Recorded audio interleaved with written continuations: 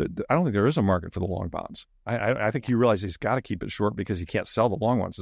There are no buyers. Three things I watch. I watch the price of gold. I watch the price of Bitcoin, and I watch the bond market. Bitcoin Zella stands out with its simplicity and clarity. We've crafted an experience that anyone can dive into, whether you're a crypto expert or just a new to the crypto world. Now guess who keeps his eye on us? The author of best-selling book Rich Dad Poor Dad, Robert Kiyosaki. And we want to take this opportunity and thank all the people who trusted us, and we read every comment. And the best part, it's free. Subscribing now means you will get all new information for free. Don't just follow the trends, stay ahead of them. Subscribe to Bitcoin Zella today and enjoy the new edge. Larry Lepard explains the US dollar's role as global reserve currency, revealing its economic might and market influence. Let's watch them to uncover intriguing trends and financial insights. Yeah, it's been interesting. I've been looking at homes, and so many people are locked into these very low rates. You can't move. It's impossible. And I know that there were higher interest rates in, say, the 80s, and people had mortgages even higher than they're at right now. But the price of the homes, I mean, what you're paying monthly because of these interest rates, it's astronomical and so out of reach for a lot of people. I mean, the real estate market is so distorted now. Correct. Yeah, well, and there's not supply because those people who would be selling the move-up homes to the young families trying to buy a home, they're at a 3% mortgage. They can't afford the move-up home because it's 7%.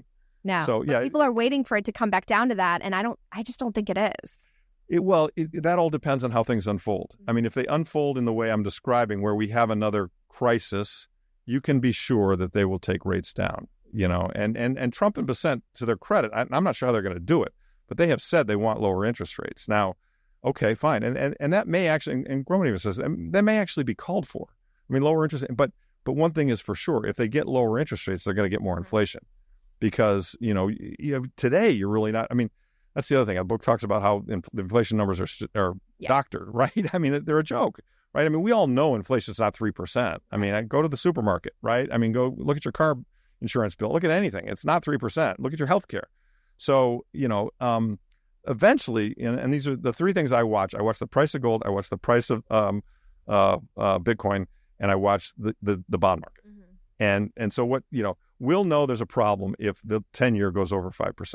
Because the last time the 10-year went over 5% in the fall of 2023, 12 Fed governors came out within 3 weeks and said, well, the rate hiking cycle is over. Right. They had to talk it down. They cannot live with high interest rates. And eventually, if enough people lose confidence in the bond market, what's going to happen, this is the debt, doom loop that I know you're going to talk about James with next, that they'll basically, the Fed will have to buy the bonds.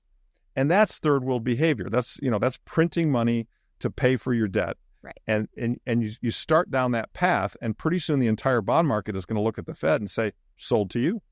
Right. I mean, and the entire, $36 trillion sold to the Fed. The Fed's got a $7 trillion balance sheet. That's not going to work, right? Yeah, I mean, they've basically been doing that stealthily through the banking system. Well, they've got the banks doing it, and they'll change the SLR so that the banks can do more of it.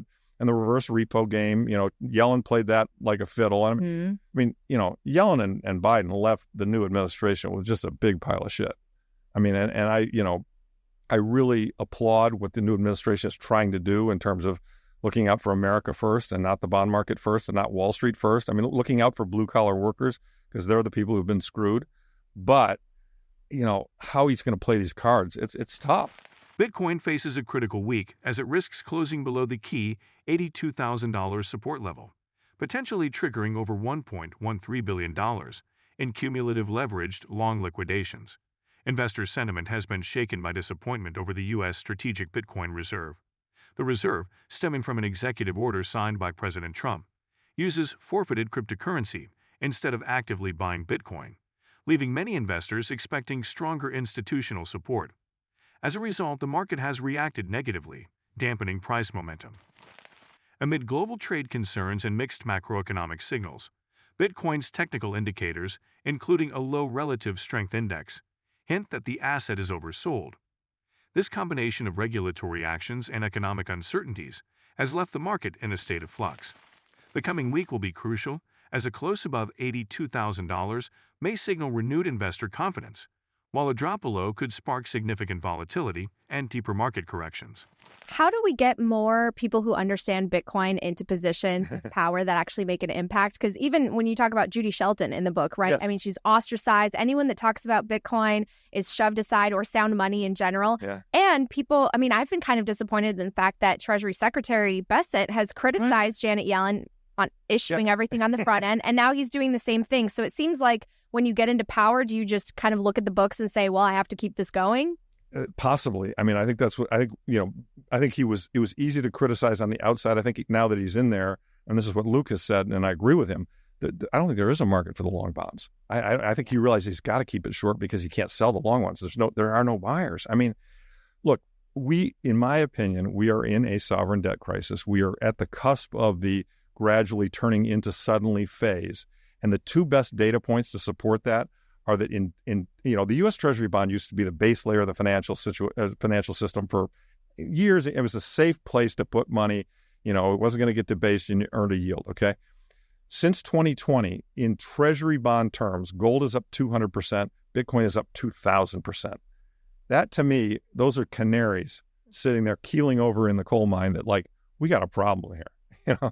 We got a serious problem. And so, but yes, I mean, I found it interesting that Bessent got in there and he said, oh, all the gold is definitely there. He had to have been read in on that. There's no guarantee. He doesn't know if that gold is there, and neither do we. Ron Paul told me he's pretty sure it's not. I don't know what Ron Paul knows, but it hasn't been audited since '53. So and now Trump says he wants to go down there and check it out. I don't know. I mean, and by the way, I mean, it points out the difficulty with gold versus Bitcoin. And don't get me wrong, I'm a gold guy. I've always been a gold guy. Still support gold, but you can't verify it. Right? You don't have a blockchain. You can't see it. Mm-hmm. China says they've got 2,000 tons. I think they've got 20,000 tons. Yeah. Right? It's very hard to figure out where the gold is. Yeah, there was a Fox Business reporter that did a little video of herself with these $1 million gold bars. Yeah. And I wrote on it, I commented, try sending that across the world in 10 minutes. Exactly. It's just not going to happen. Oh, and by the way, how do you know the bar is real? Because we found tungsten-coated bars, right? So do you think that we're going to go back to ZIRP, zero interest rate policy? Yeah, well, I think they may have to. I mean, it comes down to how this unfolds and if something breaks. I mean, I think one pattern we have seen is that the Federal Reserve has two mandates, but really a third unspoken. The two Fed mandates, as in the 78 Act that they passed, are, manage towards full employment and price stability. And of course, they've come to define price stability as 2%, which is a lie. But for the sake of argument, that's what they're supposed to be doing. The third mandate that they've talked about a lot and acted on, but it's not written in the law, is what I call functioning financial markets. Mm-hmm. And so, and the math would suggest that you cannot grow GDP at 8% a year, grow debt at 8% a year and grow GDP at 4% a year without eventually that widened gap creating discomfort and a break in the financial markets. That's Hirschhorn's point of 130% debt to GDP. And so when that occurs, everything's off the table. I mean, there was a Powell pivot in 2019. I mean, when Powell first got into office, he actually tried to tighten. He wanted to go back to a smaller balance sheet. And, the bond market threw up on it and said, no way. And he had to pivot, right? And then COVID came along and there was a crisis there and they pivoted again. And in 2008, they pivoted. I mean, if we see the markets indicating that there's true failure in the financial system, they've only got one tool, Natalie. The tool is the printer, and they're going to just run it hot. And so whether it's ZIRP or, maybe they take it to 3 or 4%, who knows? But we know they have to create more monetary units mathematically or else the thing collapses. Michael Saylor, the founder of Strategy, has put forward an ambitious plan for the United States government to build a strategic Bitcoin reserve by acquiring up to 25% of Bitcoin's total supply over the next decade.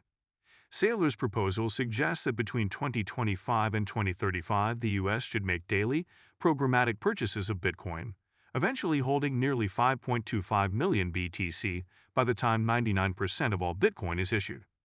This bold strategy is outlined in his document titled A Digital Asset Strategy to Dominate the 21st Century Global Economy, where he emphasizes a long-term hold with a simple advice: never sell your Bitcoin.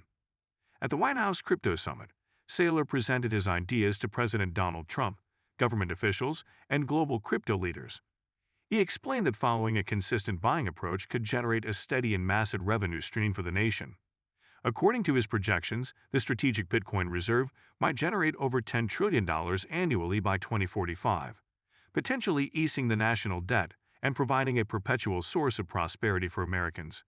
Saylor believes that this plan could bring in between $16 trillion and $81 trillion for the U.S. Treasury before 2045. The plan contrasts sharply with previous proposals, such as Senator Cynthia Lummis' idea of acquiring only 5% of the Bitcoin supply. Saylor's vision pushes the boundaries even further, calling for a quarter of the market's total Bitcoin. Meanwhile, his own company's strategy continues to accumulate Bitcoin, having recently purchased an additional $2 billion worth and bringing its holdings close to 500,000 BTC. With the government also establishing a digital asset stockpile funded by seized cryptocurrency, Saylor's proposal hints at a future where digital assets play a major role in national finance and economic strategy. As the government advances its digital asset initiatives, Saylor's proposal challenges traditional financial strategies. His plan reimagines national wealth and fiscal policy, suggesting that embracing Bitcoin could reshape the economic landscape for future generations. This idea resonates with crypto enthusiasts and policymakers alike, who view digital currencies as the next frontier. Amid heated debate, all eyes on how these proposals might transform America's future. And do not forget to subscribe to Bitcoin Seller. The most important news will reach your inbox on a daily basis and for free. I do not know why you have not subscribed yet. If you like the video, give it a thumbs up and subscribe for more daily updates. Remember, knowledge is power, and we're here to empower you on your financial journey. Until next time, happy investing.